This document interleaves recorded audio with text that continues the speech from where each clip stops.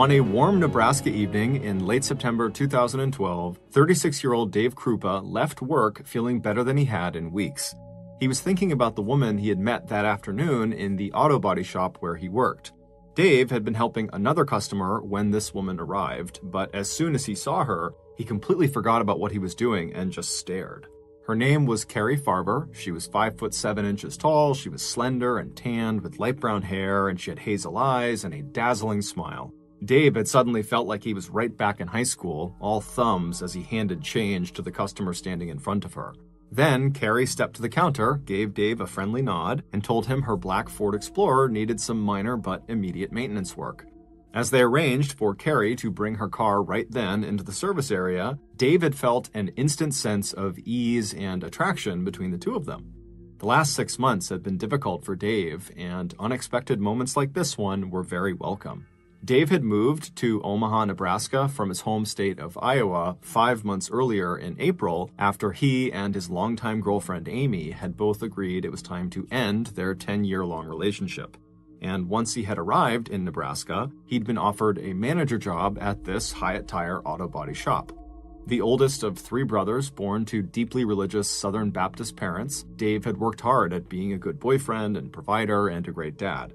He and his ex-girlfriend, Amy, had parted on friendly terms and worked out a custody arrangement so Dave could see their 2 children a couple times a week. But even so, his small, barely furnished apartment not far from the auto body shop had felt depressing. And since Dave had been in this very serious relationship for the last decade, he had arrived in this new city without any idea how to re-enter the dating scene. He had signed up for a dating website called Plenty of Fish within a few weeks of his arrival in town, and over the summer he had in fact gone on maybe a dozen dates with several women he had met online. But seeing this woman, Carrie, in his auto shop was different. It was the first time in a long time Dave had met someone the old-fashioned way, through a chance in-person encounter rather than by surfing pictures and descriptions posted on the Plenty of Fish website. Now, as Dave walked away from the auto shop over to where his car was parked in the lot to head home for the night, he wished that he had just asked Carrie out on a date when he had a chance to earlier in the day. But at the same time, he thought to himself, it would have been unprofessional or maybe even inappropriate for him to be asking a customer out. And after all, maybe he had just imagined that the attraction he had felt was mutual. Dave climbed into his car, turned the key, and started up the engine.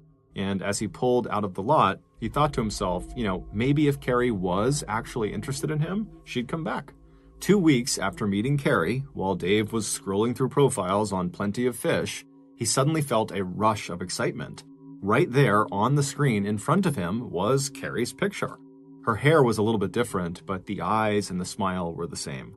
She was 37 years old, and she lived an hour away in her hometown of Macedonia, Iowa, and she worked at a computer programming company in Omaha, just a block from Dave's apartment.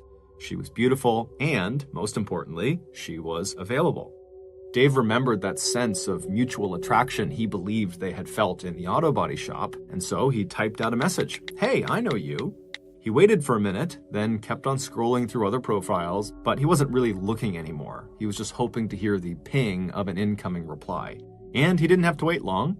"Hey," her text to him read, "I know you too." And over the next 2 weeks, Dave and Carrie would text each other almost every day. And then, about 1 month after Carrie's first visit to the Hyatt Tire auto body shop, she made a second visit, claiming that her windows were sticking. Standing next to each other in the parking lot, Dave did not even wait to write up the service order. He just immediately asked Carrie if she wanted to go out with him. Carrie said yes, and the next evening, Carrie and Dave were sitting across from each other at the Applebee's Bar and Grill at the Omaha Oakview Mall. And it was great. It was clear that both Carrie and Dave had been thinking about each other over the past month, and now that they were together, Dave found Carrie not only beautiful, but very smart and funny as well. For her part, Carrie found Dave, a former football player who had also served in the National Guard before getting his associate's degree in automotive engineering, attractive and engaging. Carrie liked that Dave was a down-to-earth blue-collar guy who worked with his hands. They were also both single parents who were very involved with their children. They both liked to read and talk about books, they both had busy jobs, and neither of them wanted to take life too seriously. A few hours later, Carrie and Dave walked into Dave's apartment, the air between them electric, but before they could even settle in together on the couch, they jumped when they heard the sound of someone knocking on the door. Annoyed, Dave got up from the couch and walked over to the door, and when he looked through the peephole, he wasn't all that surprised at who he saw standing on the other side. Her name was Liz Gollier. She was an attractive, energetic 37-year-old single mom who ran her own house cleaning business, and she was the first woman Dave had dated since he had arrived in Omaha. Liz and Dave had found each other physically attractive and had had some fun times together, but over the last couple of months, it was clear to both of them that their relationship was really just fizzling out. Earlier that night, while Dave was at Applebee's with Carrie, Liz had texted him asking if she could come by his apartment that evening and just pick up some of her belongings that she had left there. Dave had ignored her, and so wanting to get this over with, Liz had decided to swing by anyways. From Dave's perspective, Liz's timing could not have been worse, and he wished he had just responded to her earlier messages to tell her, hey, come by another day, but he didn't, so here they were in this awkward situation. Before opening the door, Dave turned and briefly explained the situation to Carrie, who was still on the couch, and Carrie appeared to handle the situation well, and she stood up like she was going to leave. Dave then proceeded to open the door and said hello to Liz, and Liz, who saw Carrie, instantly recognized the situation she had just interrupted, and so she turned red in the face and she apologized, and then she just kind of stood there in the doorway not doing anything. Carrie grabbed her bag and looked over at Dave and said, "Give me a call when you get this sorted out," and then she walked out of his apartment. Neither woman acknowledged the other. However, Liz thought she heard Carrie say, "bitch," under her breath as she passed her. Once Carrie was gone, Dave told Liz to come inside, get your things. Liz felt horrible and kept apologizing as she moved around the apartment, getting what she needed, but Dave really wasn't listening to her. He just wanted her to leave so he could call Carrie and see if they could maybe still meet up that night. Dave had always been right up front with every woman he dated. He was only interested in casual sex and general companionship. He was not interested in getting married, ever. And in fact, this was the main reason why he was here in Omaha and not back in Council Bluffs, Iowa. His ex-girlfriend, Amy, had finally said to him that if he was not going to propose to her, he needed to leave. And so Dave left. After Liz finally had all of her things, she said a quick goodbye to Dave, and then she too hustled out the door. As soon as she was gone, Dave shut the door and then pulled out his cell phone and dialed Carrie's number. Carrie's 14-year-old son, Max, was staying overnight out of the house with Carrie's parents, so when Dave asked Carrie if it was still early enough for him to maybe come over, Carrie immediately said yes. Once Dave arrived, the two of them quickly became intimate, but before heading to the bedroom, it was Carrie, not Dave, who stepped back and said that he should know up front that she was not interested in a serious or exclusive relationship. Dave could not believe his luck. He felt like he had hit the jackpot. Over the next week, Carrie and Dave saw each other every chance they got. Carrie stopped in at Hyatt Tire, Carrie asked for Dave's help in finding her son a used car, Carrie took Dave thrift shopping and started to upgrade the furnishings in Dave's apartment, replacing his broken-down couch with a comfortable silver loveseat. And then, when that week was at an end and Carrie got a big assignment at work, she eagerly accepted Dave's offer to live at his apartment for the following week so she could save 2 hours of commuting time each day. Carrie's son Max would stay with his grandparents. That week they lived together, Dave and Carrie quickly began using pet names for one another, and every morning while he was getting ready for work, Dave would find himself smiling as he listened to the sound of Carrie typing and clicking away on her laptop as she checked her email and Facebook account in the other room. On the morning of November 13th, 2012, so just a couple of days into living together in Dave's apartment, Dave got ready for work and then walked over to Carrie, who was still wearing her pajamas and was sitting on the silver love seat she had picked out for him. He gave her a kiss, which she enthusiastically returned, and then he smiled at her and said that he would see her later on, and then he stepped out into the cold.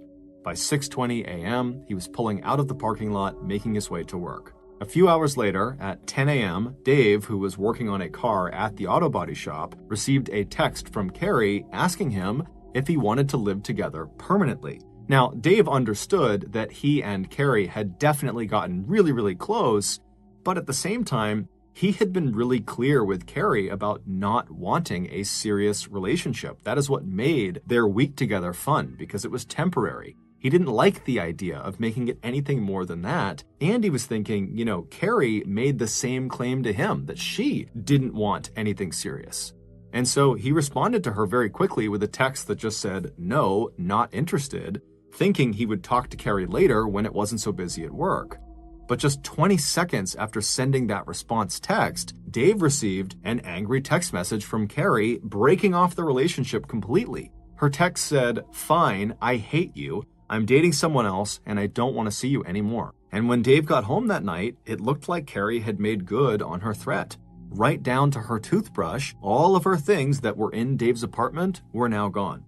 Dave was shaken, but it didn't take long for reality to set in. He'd been on dates with other women who had agreed, in theory, to casual, non-exclusive relationships, only to change their minds after a couple of dates. And so this seemed like that type of situation that, Carrie was revealing how she actually felt. And so it wasn't long before Dave's shock gave way to relief. It was probably for the best that this ended now.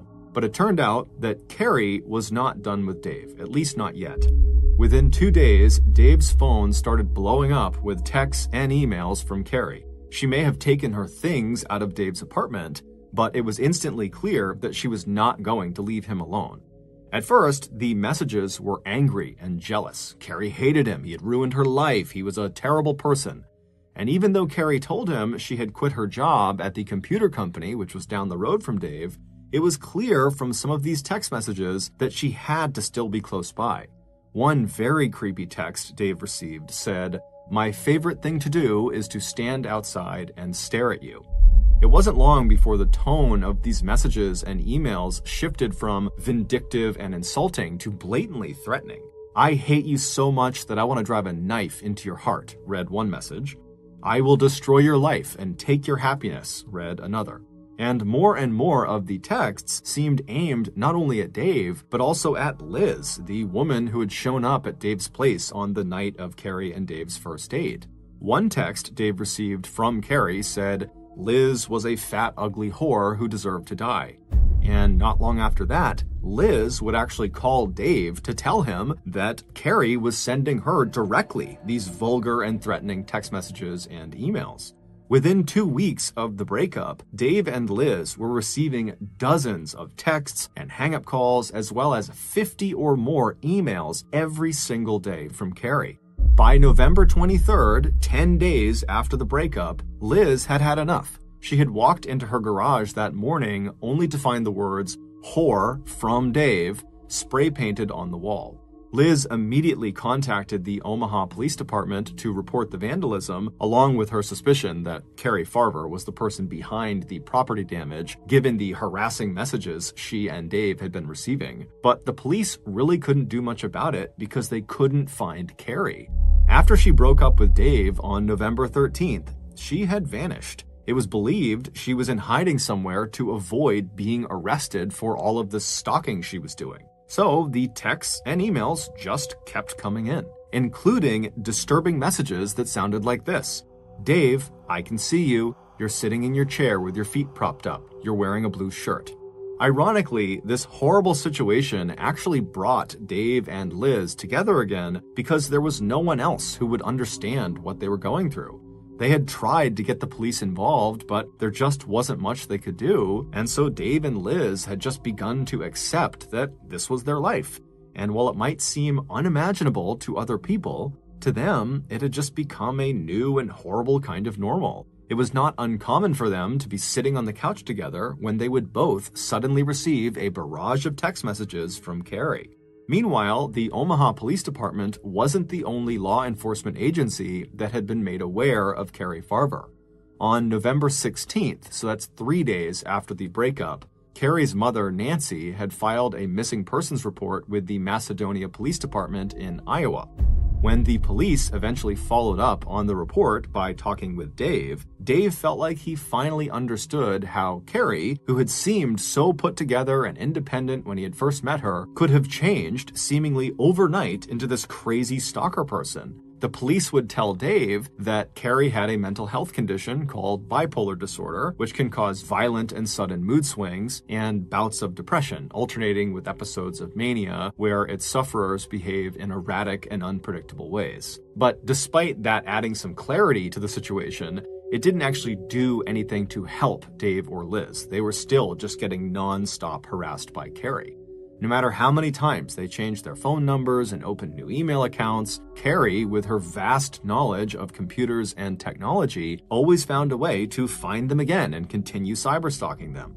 As for Carrie, since going missing on November 13th, she had blown off a family wedding, her son's birthday, and even her own father's funeral, apologizing by text and email to her family, but asking that they leave her alone because she needed some space. In January 2013, so a couple of months after the breakup, Omaha police thought maybe they'd gotten a break in the Carrie Farber case when Dave spotted her black Ford Explorer in a parking lot near his apartment.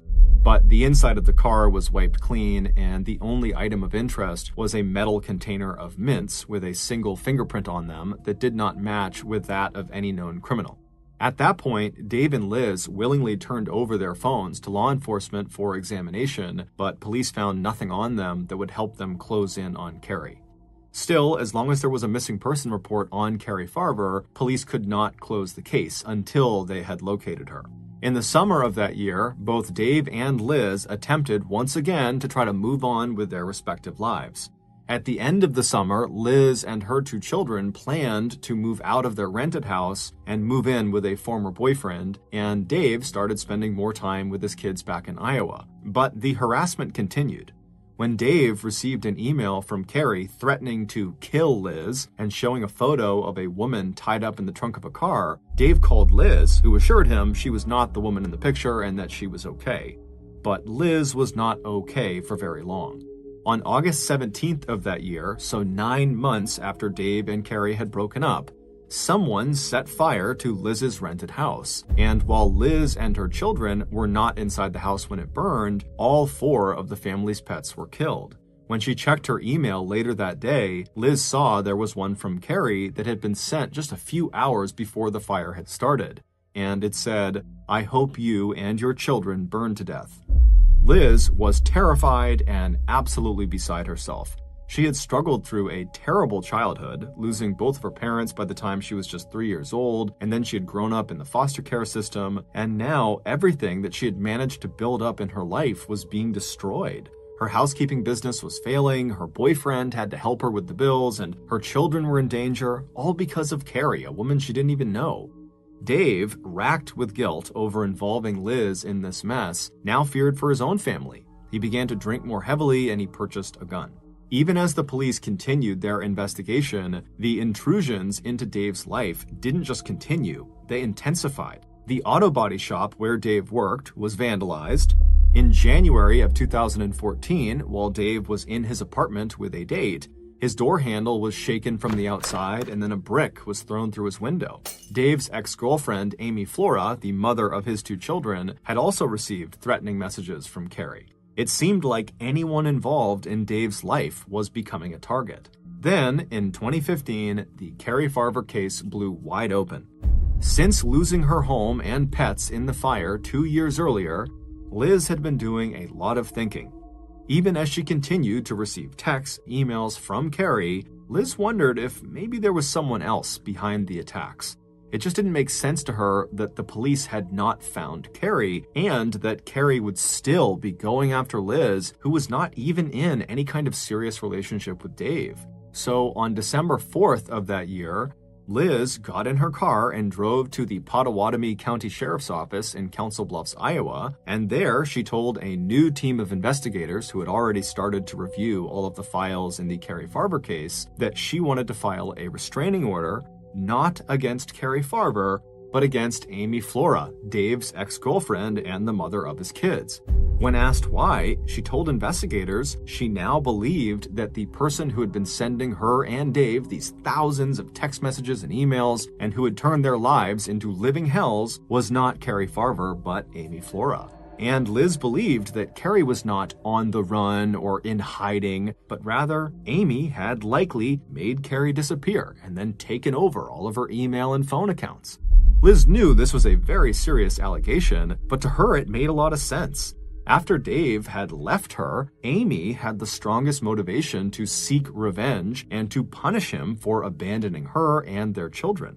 Intrigued, the investigators asked Liz if they could download the contents of her cell phone and review all of the messages to date that were on there, and Liz immediately agreed.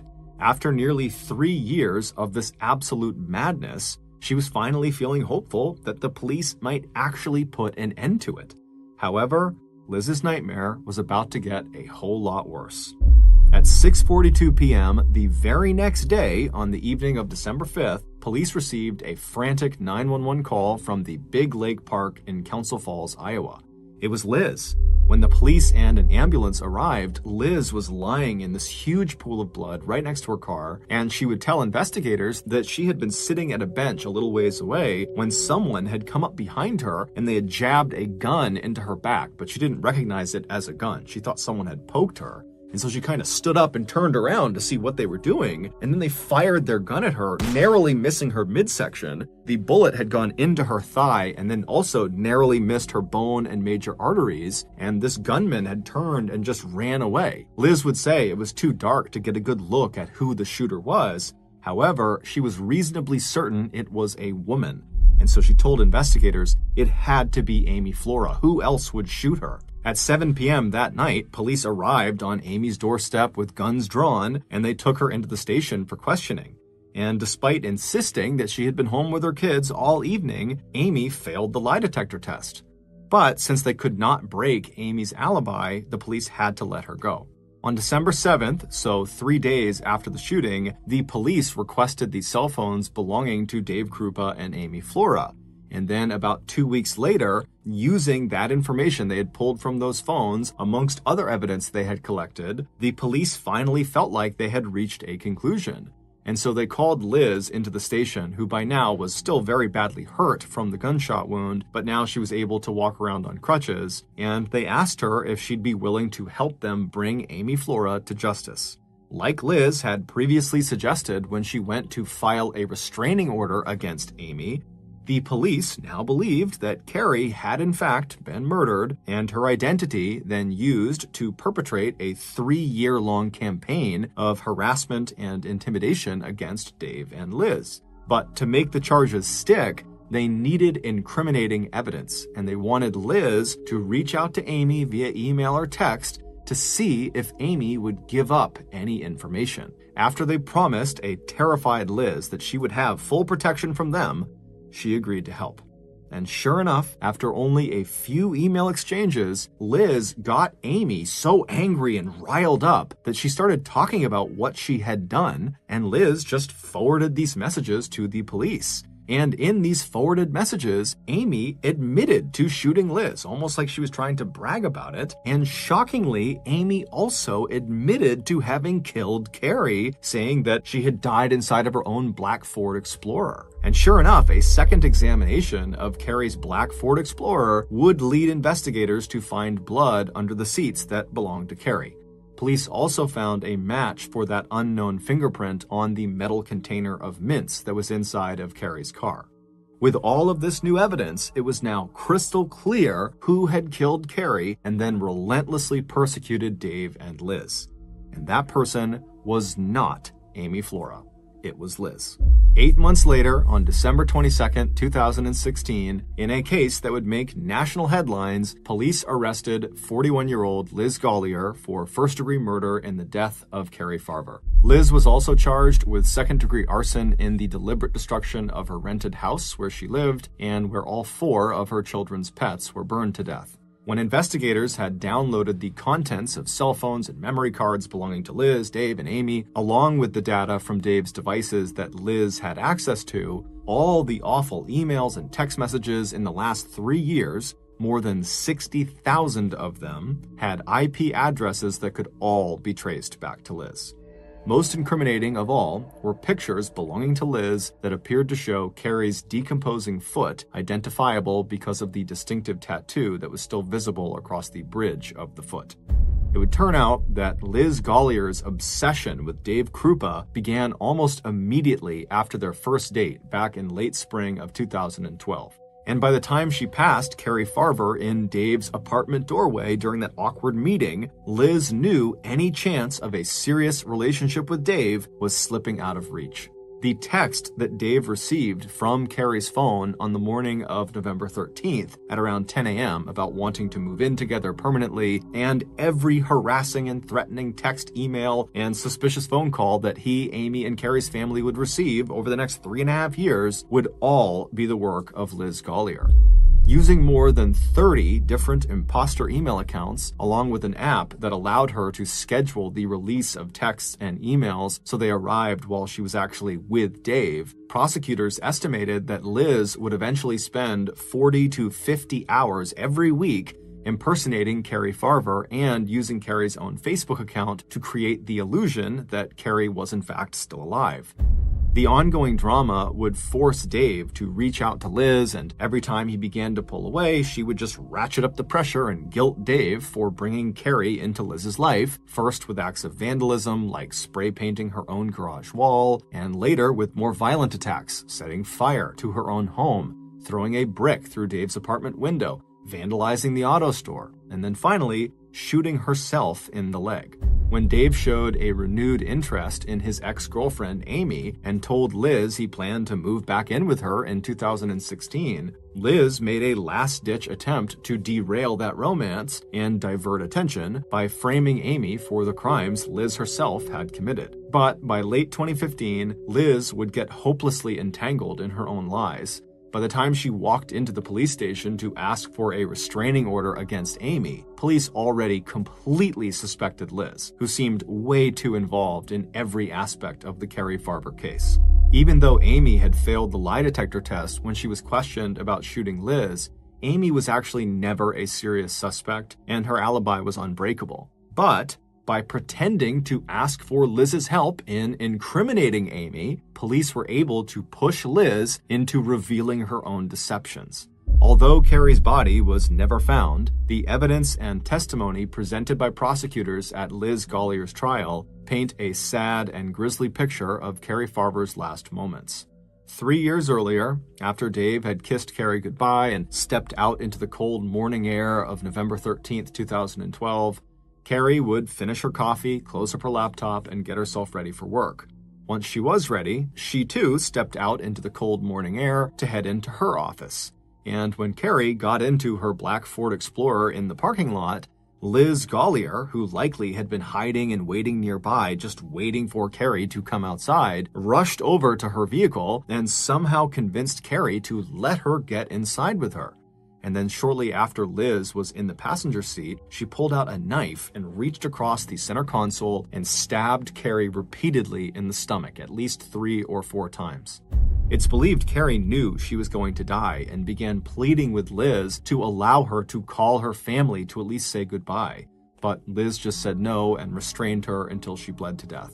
Afterward, Liz took Carrie's keys and went into Dave's apartment and took all of Carrie's things out so it would look like she had left him, and then Liz drove Carrie's car, with Carrie's body inside of it, to some unknown location where she pulled Carrie's body out, burned it, and then disposed of it in a dumpster. Then Liz wiped Carrie's car down to remove any evidence. However, she didn't realize she had left lots of Carrie's blood underneath the seats, as well as her own fingerprint on that mint can. Liz Gollier is currently serving a life sentence at the Nebraska Correctional Center for Women, 107 miles southwest of Omaha, where she first met Dave Krupa. In 1957, 31-year-old Larry Bader was living with his wife, Mary Lou, and their 3 kids in Akron, Ohio. Larry was a good father and good husband, but he was a terrible businessman. Over the past several years, he had launched several new business ventures, and they had all failed, throwing the family into fairly significant debt. And so even though Larry desperately wanted to be an entrepreneur and eventually start a quality business, they didn't have the money to do that. And so he had to just take some job in order to pay the bills. And so the job he got was a cookware salesman for a local company, and it did pay the bills, but it did not make Larry happy. And so on the weekends when Larry was not working, and if it was okay with his wife, he would basically just disappear and go fishing on Lake Erie, which is about an hour north of where they lived. And that was his way of kind of disconnecting from reality and kind of disconnecting from his somewhat crappy life. And so on Friday, March 15th, Larry approached his wife and said, hey, I'd like to head up to Lake Erie and go fishing for the weekend. And she would tell him, I got the kids, it's fine, you can go do that. But I heard the weather was going to be really bad. Are you sure that's such a good idea? And Larry would tell her, you know what, don't worry about it. These storms, they always hype them up. They're never a big deal. I'll be fine. And so he kissed his wife, he kissed his kids, he grabbed his stuff, he hopped in his truck, and he left and headed up to Lake Erie. That night, Lake Erie was hit with a massive thunderstorm, way bigger than the one that the news was predicting. And then the following morning, the Coast Guard discovered Larry's boat floating around on Lake Erie. There was minor damage to it, and it was missing an oar, and it was missing Larry. Larry was nowhere to be found. And so a search was launched for Larry, but he was never found, and he was eventually declared dead. And so even though the family did not have Larry's body, they would hold a funeral for him, and his wife was able to actually cash his life insurance policy, which was enough to pay for her and the kids. 8 years later, in 1965, Larry Bader's niece, a 21-year-old woman named Suzanne Peka, was in Chicago at a sporting goods show with a friend of hers. And as they're walking through the different exhibits, looking at different sporting goods equipment, they noticed over on the side of the building, there was a fairly large group of people gathered around this one particular exhibit. And so she and her friend she was with walked over to this group, and they kind of pushed their way through. And in the middle of this group was this man with an eye patch and a big mustache doing an archery demonstration. Basically, he was shooting arrows into a target about 30 feet away. And so Suzanne and her friend just kind of watched this guy for a couple of minutes, and very quickly they could see why he was attracting this big crowd, because he was just an incredible archer. He was hitting the bullseye over and over and over again.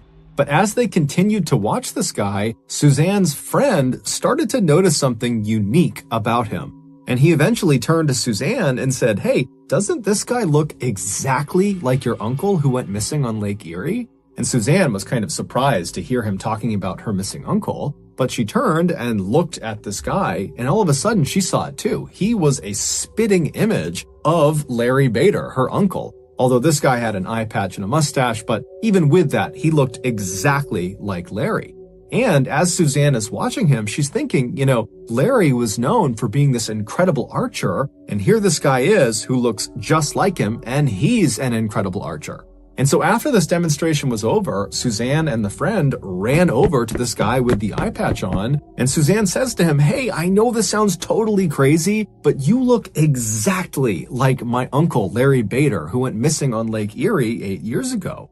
And so the guy, he hears her and he kind of smiles and says, I'm sorry, I don't know Larry Bader. My name is John Johnson. People call me Fritz. I'm sorry, I don't know who your uncle is. I can't help you.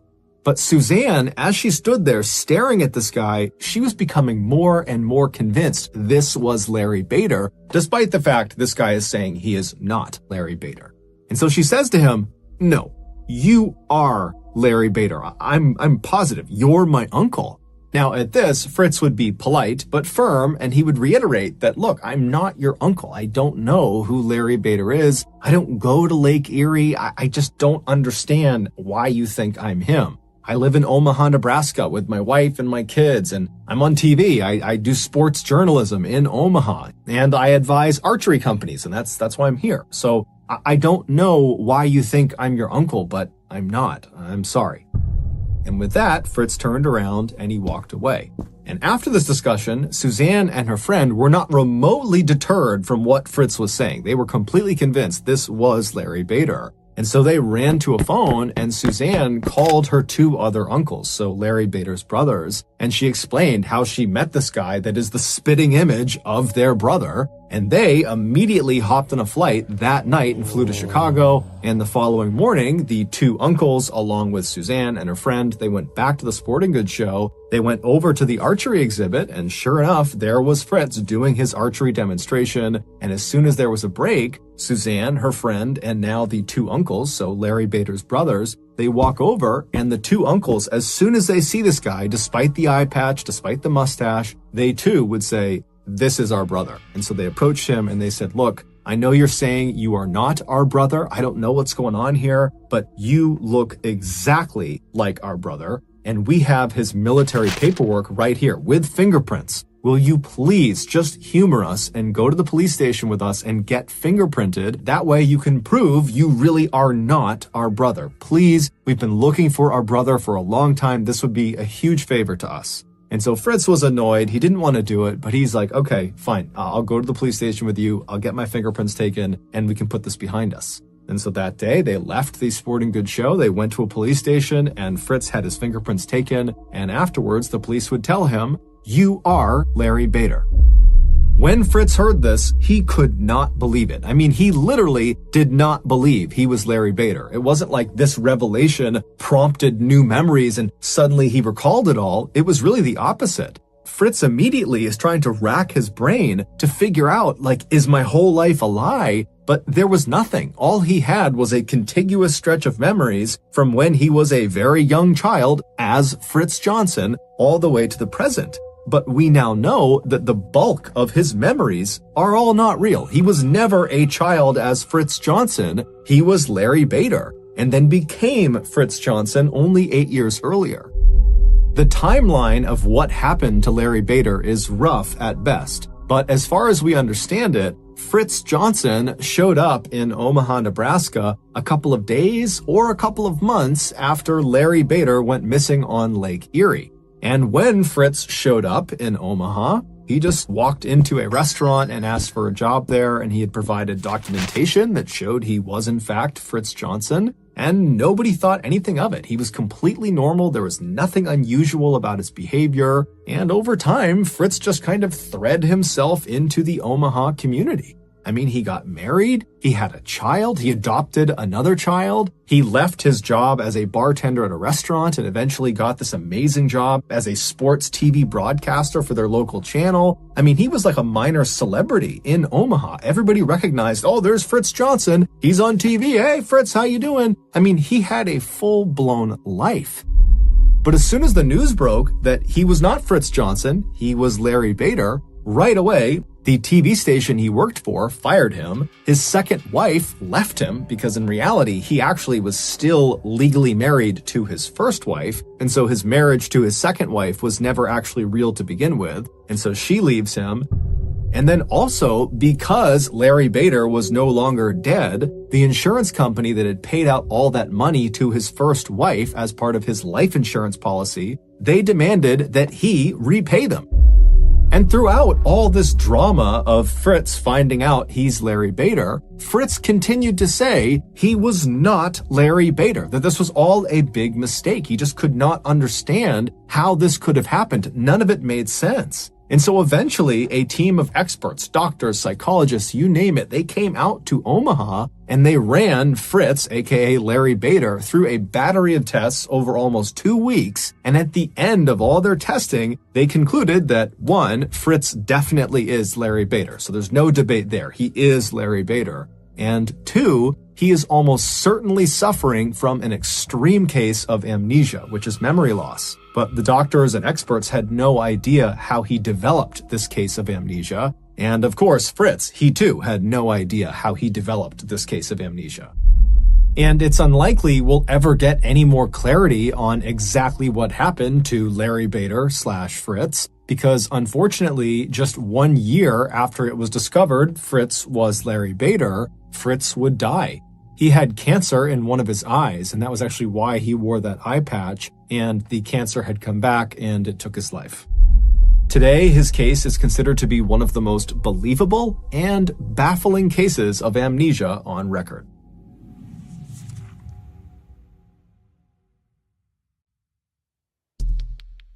Our next story is called The Bully.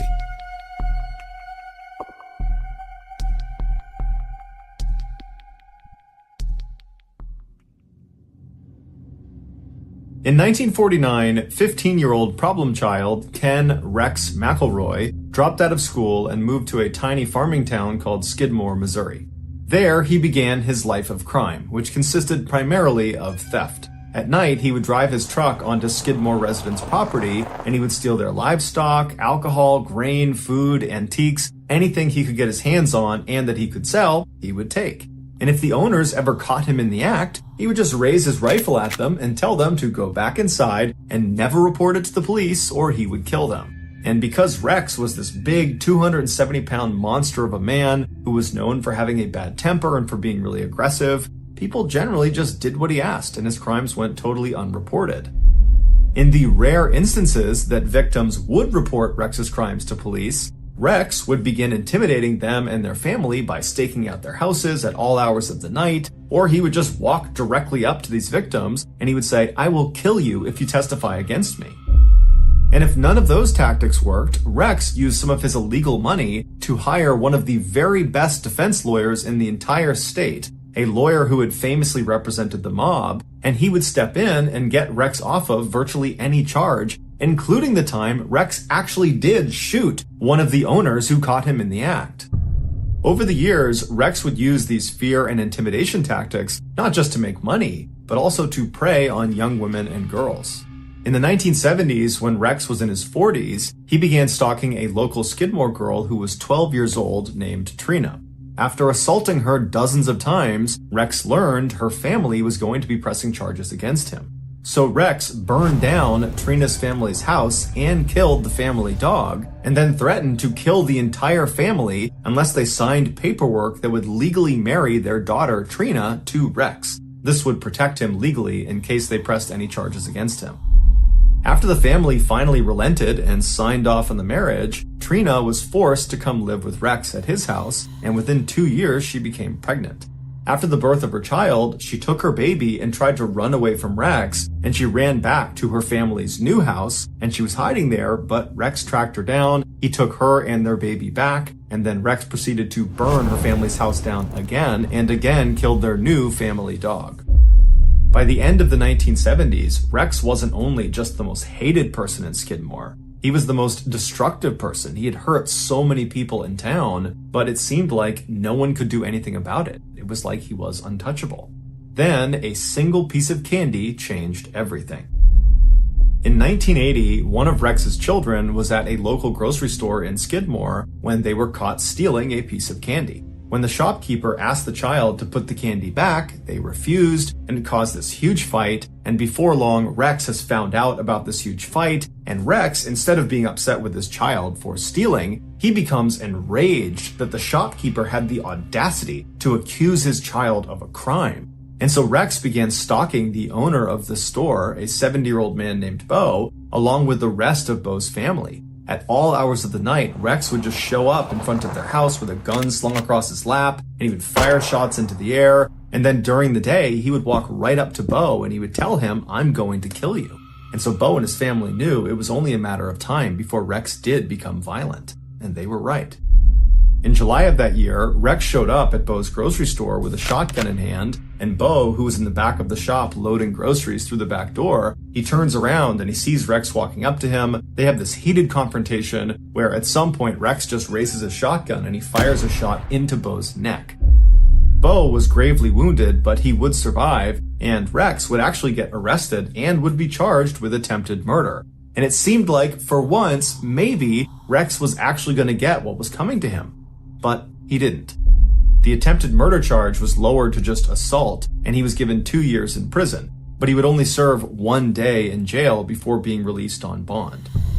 And as soon as he was out on bond, he went right to his house and he got his rifle that had a bayonet attached at the end of it, and he went right to the tavern in the middle of Skidmore, and he began telling anybody who would listen that he planned to finish the job, i.e. he was going to kill Bo, and he described in very graphic detail how he planned to do it, which involved this rifle and this bayonet. Patrons that were at the tavern that saw Rex and heard these claims, they were scared for Bo, and so they left the tavern and they told city leaders about these threats. And so city leaders at this point, they'd had enough of Rex, and they decide they're going to host this secret meeting that will not include Rex the following morning.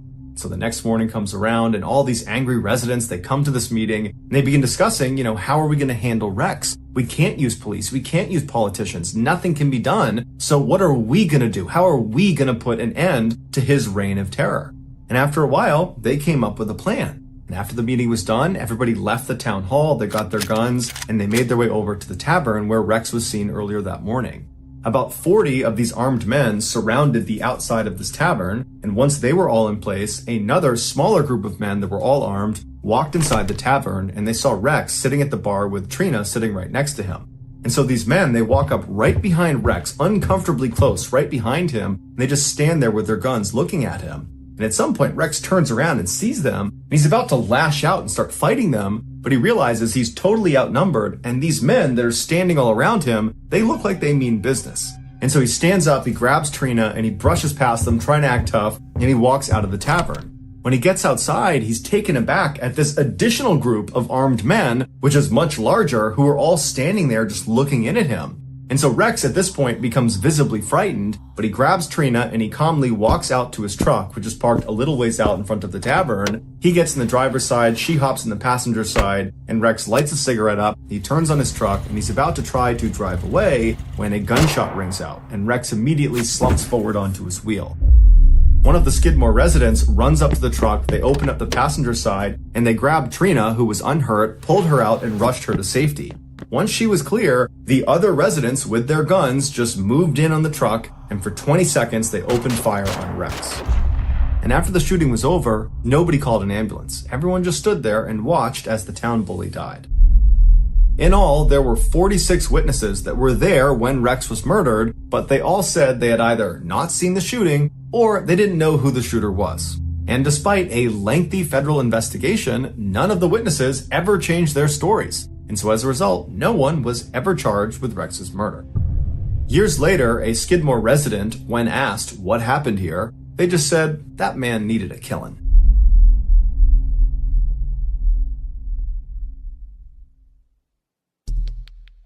The next and final story is called 1 in a Trillion.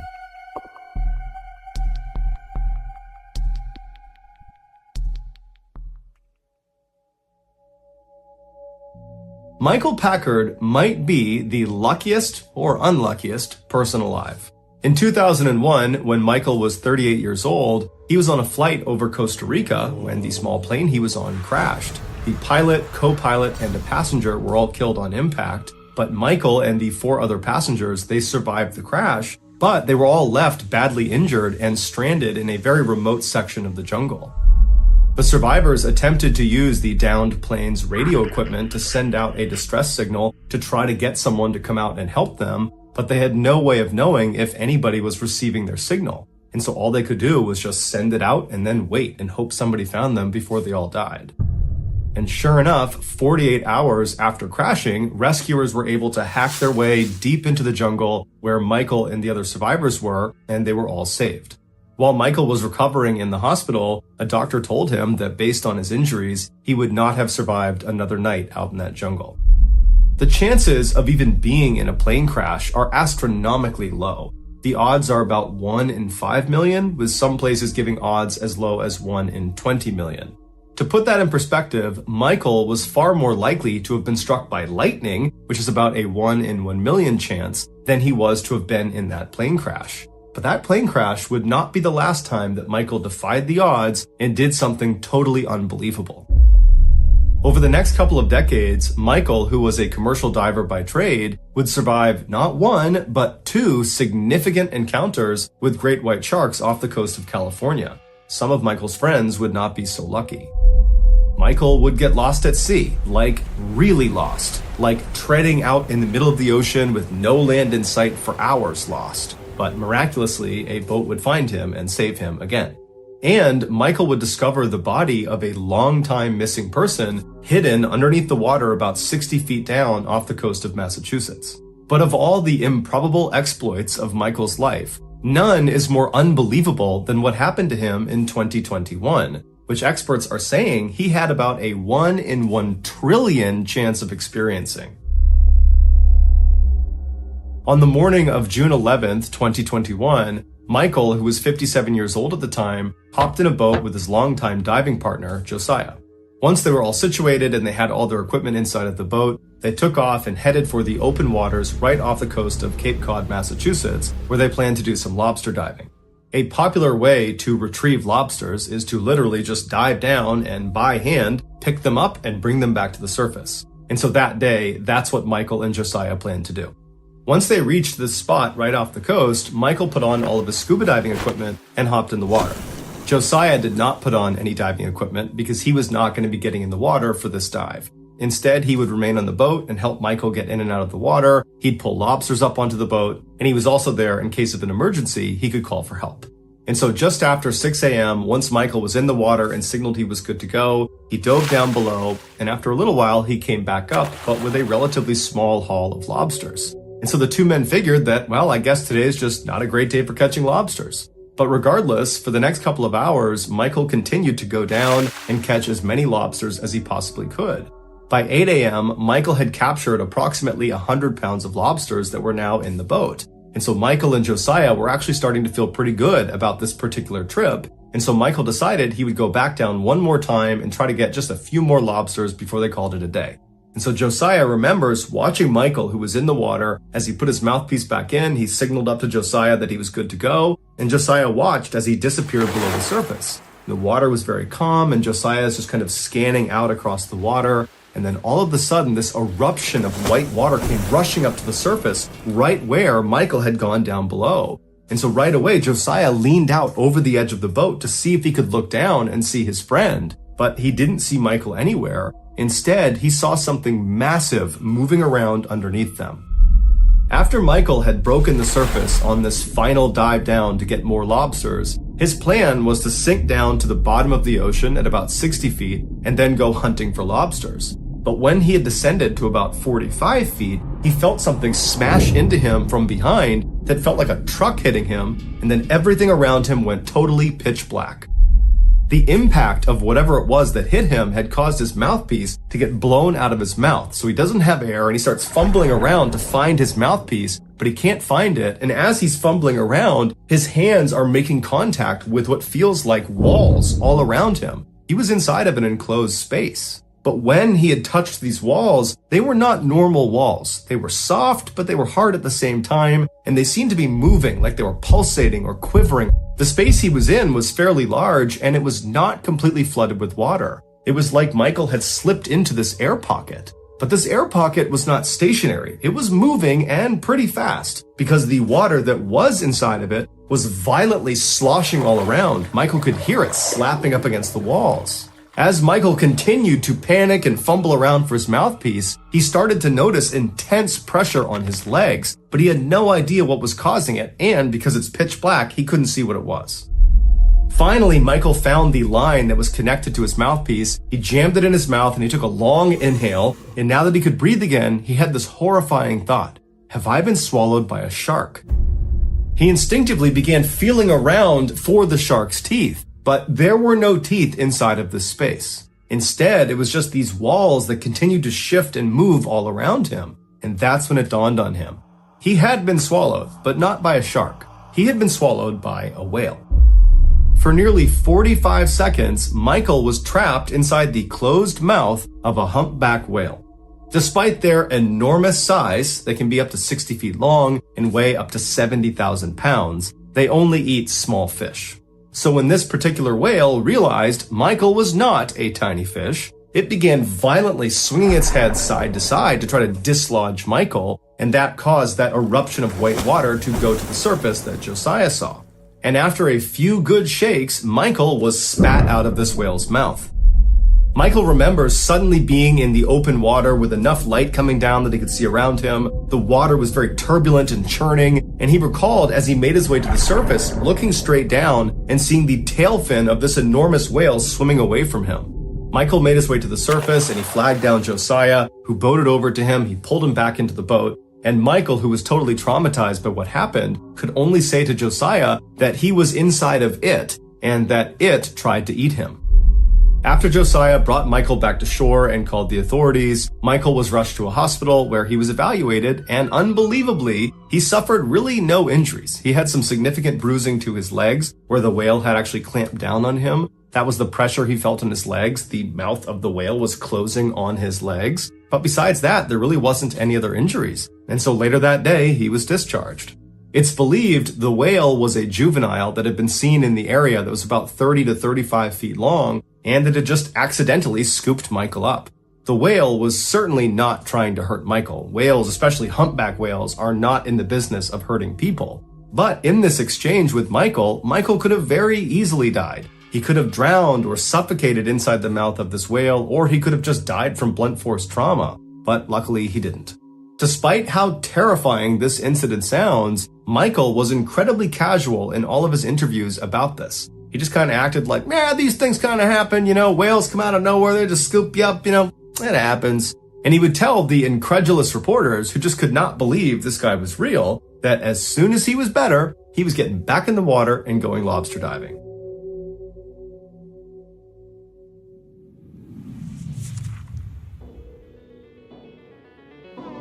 Thank you for listening to the MrBallen Podcast. If you got something out of this episode and you haven't done this already, please ask the Amazon Music follow button for a bite of their sandwich, and after they say yes, proceed to jam the biggest bite possible into your mouth.